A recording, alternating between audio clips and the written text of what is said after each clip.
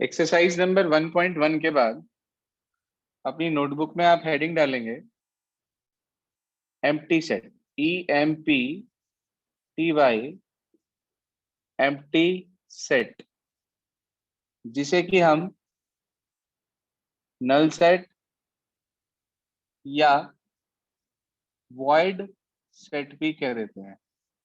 जी हाँ, empty set, null set या void, VOID, void set, तीनों नाम इसी सेट के हैं। होता क्या है नल सेट? एक ऐसा सेट जिसके अंदर कोई भी एलिमेंट मौजूद नहीं होता, उसको हम नल सेट बोलते हैं। कुछ बच्चे कहते हैं सर जीरो लिखा हो तो जीरो भी एक एलिमेंट है। मैंने ये बोला ऐसा सेट जिसमें एक भी एलिमेंट ना हो वो नल सेट कहलाता है। तो डेफिनेशन लिख लें इसमें, a set which does not contain, a set which does not contain any element, a set which does not contain any element is called an empty set. उसको हम क्या बोलते हैं? empty set बोलते हैं। empty set को represent करने के लिए, empty set को दिखाने के लिए it is denoted by, या तो हम ये सिंबल यूज करते हैं जिसको आपने लास्ट ईयर भी पढ़ा था, फाई, क्या बोलते हैं इसको? फाई, या फिर इस तरीके से ब्रैकेट लगाकर छोड़ देते हैं। तो आप कह सकते हैं a set which does not contain any element is known as an empty set and it is denoted by the symbol phi और दिस।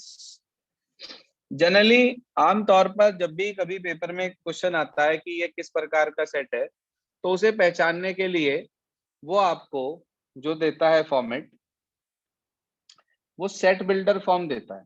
जैसे मैंने आपके सामने लिखा है एक एग्जांपल कि A is a set of all x such that x belongs to natural number and x greater than 1 less than 2।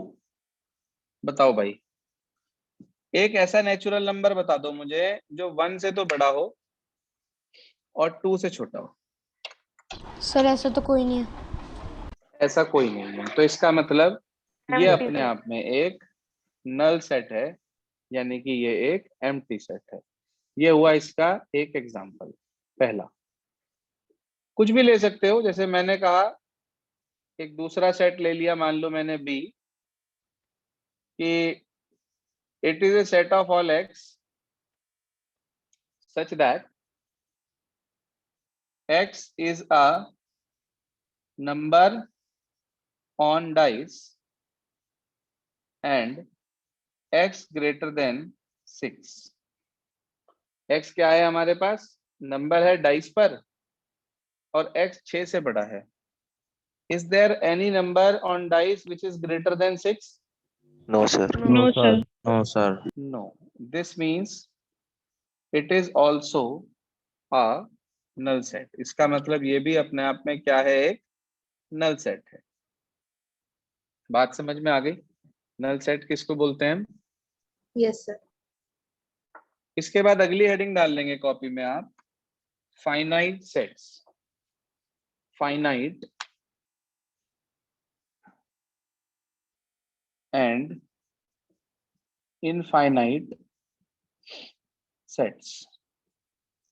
देखो वैसे तो ये अपने नाम से ही क्लियर है, फाइनाइट एंड इनफाइनाइट। क्या समझते हो आप इसके बारे में?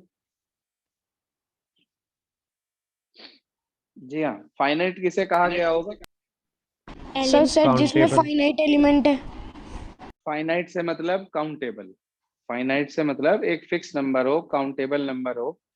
तो हम ये कह सकते हैं कि एक ऐसा सेट जिसके अंदर डेफिनेट नंबर ऑफ एलिमेंट्स होते हैं, या वो अपने आप में एक नल सेट होता है। नल सेट को भी फाइनाइट में ही गिना जाता है। ध्यान रखना कि कोई भी सेट फाइनाइट कब कहलाता है, या तो वो एम्प्टी हो या उसके अंदर डेफिनेट नंबर ऑफ एलिमेंट्स मौजूद हो, तो वो फाइनाइट कहलाता है। नहीं तो हम उसे इनफाइनाइट सेट कहते हैं। तो आप लिख लें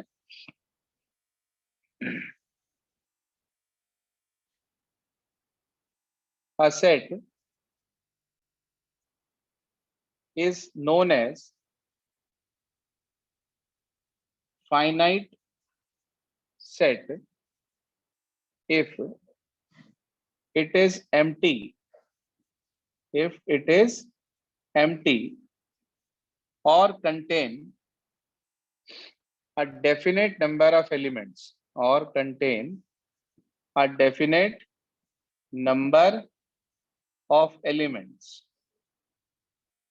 Otherwise, it is known as infinite sets. जी हाँ, एक एग्जांपल दे सकते हो मुझे फाइनाइट सेट का? Multiples of 3। Multiple of 3 finite है? नहीं, इनफाइनाइट, सॉरी। इनफाइनाइट है।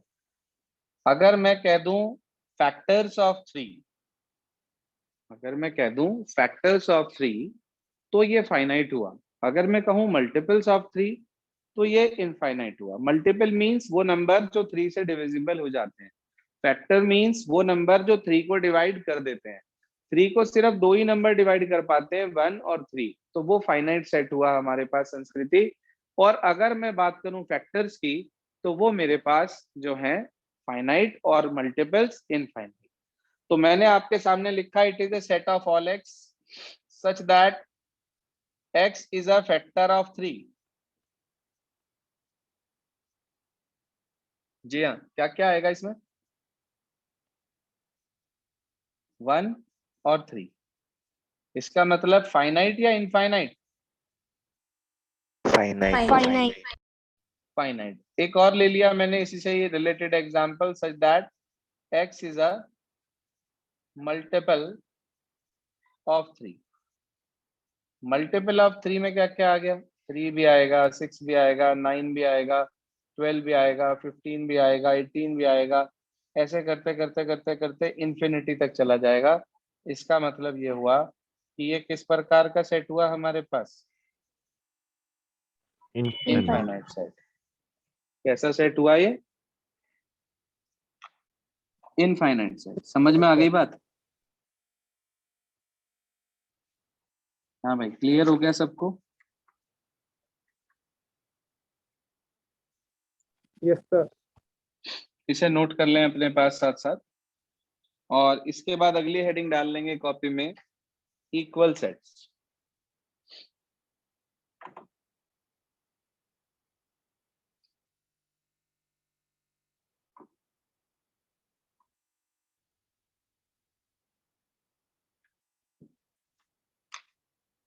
जी हाँ,